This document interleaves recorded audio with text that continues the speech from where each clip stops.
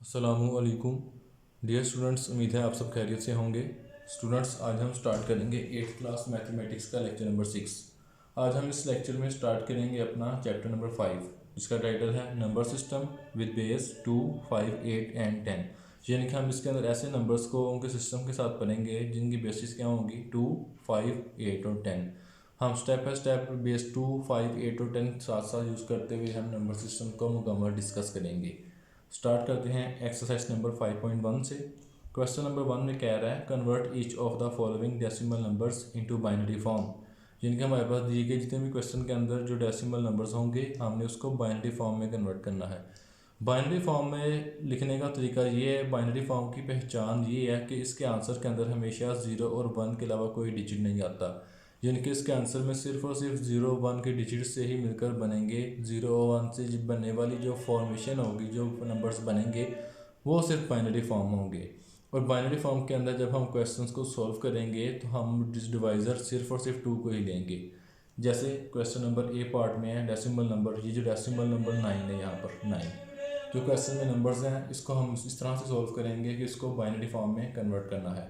जैसे हम मैथमेटिक्स में एलसीएम लेते हैं उसी तरह आपने इसको यहाँ पर सॉल्व करना है। लेकिन इसमें थोड़ा डिफरेंस ये है कि जब आप 2 के टेबल में अगर कोई वैल्यू नहीं आती, फॉर एग्जांपल है 9, 2 के टेबल में 9 नहीं आता तो हम एलसीएम में फिर नेक्स्ट टेबल 3 पे जाते हैं। लेकिन यहाँ पर इसके ऑपोजिट होगा।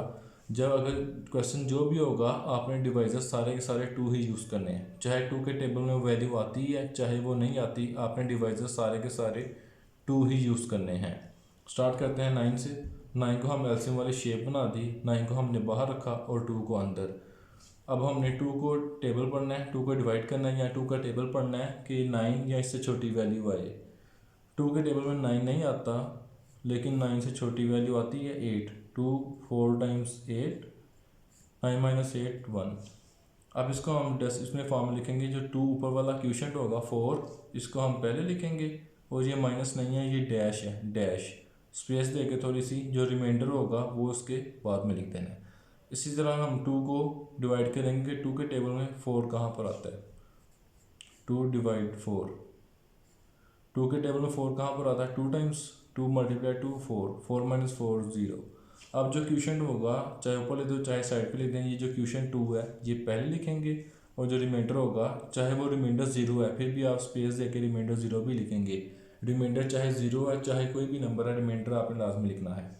उसी तरह 2 को हम डिवाइड करेंगे 2 से। 2 के टेबल में 2 कहाँ पर आता है, सिंपल है, 1 जार 2 1 जार 2। अब 2 माइनस 2 रिमाइंडर इसका भी 0 होगा क्योंकि 2 के टेबल में 2 सिंपल सिंपल 1 जार कंप्लीट आता है, तो रिमाइंडर इसका क्या होगा 0, तो इसको भी हम स्पेस दे के 0 मैंशन कर देंगे। अब अगर हम इसकी बाइनरी फॉर्म लिखनी है तो लास्ट वाला डिजिट है ये 1 पर आकर जहाँ 1 आएगा वहाँ पर आपका एलसीएम खत्म हो जाएगा। 1 से स्टार्ट करेंगे, 1 से राइट डायरेक्शन में और राइट से ऊपर तक जहाँ पर आपने फर्स्ट स्टेप में सॉल्व किया था, इस तरह डायरेक्शन में हम जाएंगे। पहला डिजिट कौन सा है, 1 1 लिखेंगे, फिर सेकंड वाला साथ 0 0 लिखेंगे, फिर इसी डायरेक्शन में ऊपर जाएंगे, जो बाहर वाला पार्ट होगा सिर्फ वो लिखेंगे 0 और ऊपर वाला 1 1। यानी कि हमने जो इसके आउटर बाउंड्रीज वाले नंबर हैं, आउटर बाउंड्रीज वाले वो नोट करने हैं, 1 0 0 1। तो ये 1 0 0 1 और इसकी ब्रैकेट्स में लगाकर हम बाहर 2 लिख देंगे। अब गौर करेंगे इसके अंदर देखो 0 और 1 के अलावा कोई भी डिजिट नहीं आ रहा, तो ये क्या होगी हमारी बाइनरी फॉर्म। ये हमारा फर्स्ट पार्ट का आंसर है। इस तरह बी पार्ट में देखें क्वेश्चन नंबर 15, वही एलसीएम वाली शेप बनाएंगे। 15 को हम बाहर लिखेंगे और अंदर हम हमेशा 2 को, सारे के सारे हर बार आपने 2 ही टेबल यूज़ करना है।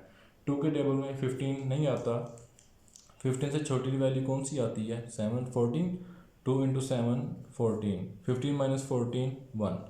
तो हम क्या लिखेंगे 7 पहले, फिर डैश दे के रिमाइंडर 1 साथ वो लिख देंगे। उसी तरह 2 के टेबल में हम देखेंगे 7 नहीं आता, इससे छोटी वैल्यू 6 आती है, 2 3 जार 6, तो 7 में से 6 गए तो एक -1, माइनस नहीं है, स्पेस देकर 1 रिमाइंडर लिख देंगे। इसी तरह 2 के टेबल में 3 नहीं आता, इससे छोटी वैल्यू 2 आती है, 2 1 जार 2 और रिमाइंडर 1 फिर साथ आ जाएगा इसके। तो ये हमारे पास, अब इसकी देखें बाइनरी फॉर्म क्या बनेगी, same to same. Outer boundaries note करें, 1 1 1 1, तो 4 टाइम्स हम 1 लिख देंगे, 1 2 3 4, 4 टाइम्स हमने 1 1 लिख दिया और ब्रैकेट लगा कर 2 से उसको बाइनरी फॉर्म से क्लोज कर दिया। इस तरह हम बाइनरी फॉर्म्स के कॉन्सेप्ट के मेथड्स को कवर कर सकते हैं। इसी तरह आपने इसी क्वेश्चंस के तमाम पार्ट्स बाकी पार्ट्स को भी सॉल्व करना है। बड़े आसान और सिंपलेस्ट वे से आपको इस चीज़ का कंसेप्ट क्लियर किया गया है ताकि आप बेहतरीन तरीके से आप इसको आसानी से समझ सकें। फिर इसके बाद आता है क्वेश्चन नंबर 2 नेक्स्ट पार्ट में। क्वेश्चन नंबर 2 में कह रहा है write down the first 10 natural numbers using binary notation. यानी कि आपके पास जो हमारे फर्स्ट नेचुरल नंबर सबसे पहले पता होना चाहिए कौन से हैं। ये हमें पता है कि नेचुरल नंबर्स हमेशा 1 से स्टार्ट होते हैं, 1 2 3। यानी कि जो पहले 10 नेचुरल नंबर का मतलब है कि 1 से लेकर 10 तक जो पहले 10 नंबर्स होंगे वही पहले 10 नेचुरल नंबर्स हैं। हमने इसको बाइनरी नोटेशन की फॉर्म में लिखना है, यानी कि बाइनरी नोटेशन और बाइनरी फॉर्म दोनों सेम है। क्वेश्चन नंबर 1 में कह रहा है 1 पहला नंबर हमें पता है, पहला नेचुरल नंबर। इसमें क्वेश्चन उसने स्टेटमेंट की फॉर्म में लिखा है जो पहले 10 नेचुरल नंबर्स हैं उसको आपने बाइनरी नोटेशन में सॉल्व करना है। जिनकी यहाँ हमारे पास क्वेश्चन क्या बन गया, पहला नंबर 1, फिर 2, फिर 3, सो ऑन अप टू 10। यानी कि हम 1 बाय 1 पहले हम 1 को सॉल्व करेंगे, फिर 2 को, फिर 3 को। यही जो 10 नंबर होंगे यही हमारे 10 क्वेश्चन होंगे। इस पार्ट के अंदर पहला नंबर कौन सा 1, हम जो पहला पार्ट है इसके अंदर 1, अगर हम इसको 1 का एलसीएम लें तो ये ऑलरेडी 1 है। 2 के टेबल में 1 तो आता ही नहीं है, ये ऑलरेडी नॉन एग्जिस्ट है। यानी कि 1 का एलसीएम अगर हम 2 से डिवाइड करें तो ये नहीं एग्जिस्ट करता। एग्जैक्ट किसी भी 2 के टेबल में 1 नहीं आता, तो ना आने की वजह से सिंपल क्या होगा, इसका जो 1 है ये अकेला 1 ऐसे का है, ऐसे ही आंसर होगा। 1 अकेले का अकेला ही आंसर आ जाएगा। 1 ब्रैकेट से आकर जो बाहर 2 लिखते हैं, ये ब्रैकेट्स और 2 ये उसकी बाइनरी नोटेशन या बाइनरी फॉर्म की पहचान होगी। सिंपल 1 का ये आंसर हो जाएगा। उसी तरह नेक्स्ट नेचुरल नंबर क्या है 2, नेक्स्ट वाला 2। अब हम 2 का एलसीएम लें, 2 नंबर बाहर और जिसका हमें टेबल पढ़ना है वो भी 2 है।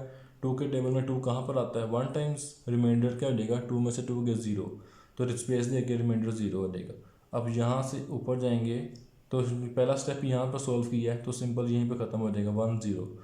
1 से 0 आगे वाला कोई भी नंबर सोल्व नहीं किया तो 1 और 0 ब्रैकेट्स के साथ 2, तो ये क्या हो जाएगी इसकी बाइनरी फॉर्म, इसका आंसर।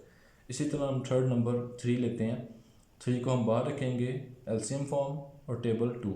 2 के टेबल में 3 कहाँ पर आता है, क्योंकि 2 के टेबल में 3 नहीं आता, 3 से छोटी वैल्यू 2 आती है। तो 2 के टेबल में 2 कहाँ पर आता है, 1 4, और 3 में से 2 गए -1, तो स्पेस देकर 1 रिमाइंडर साथ लिख देंगे। तो इसकी डायरेक्शन ये होगी, इसकी क्या हो जाएगी आपकी 1, फिर साथ 1 और ब्रैकेट लगाकर बाहर हम 2 लिख देंगे। तो ये इसकी बाइनरी फॉर्म या बाइनरी नोटेशन आ जाएगी। इसी तरह फोर्थ नंबर कौन सा हमारे पास, 4 वाला नेचुरल नंबर 4 का हम बाहर रखेंगे एलसीएम वाली शेप और डिवाइजर टेबल हमेशा 2 का रखेंगे। 2 के टेबल में 4 कहाँ पर आता है, 2 टाइम्स, तो चूँकि 2 के टेबल में 2 2 ज़ा 4 एग्जैक्ट डिवाइड कर रहा है तो रिमाइंडर क्या हो गया, स्पेस देकर 0।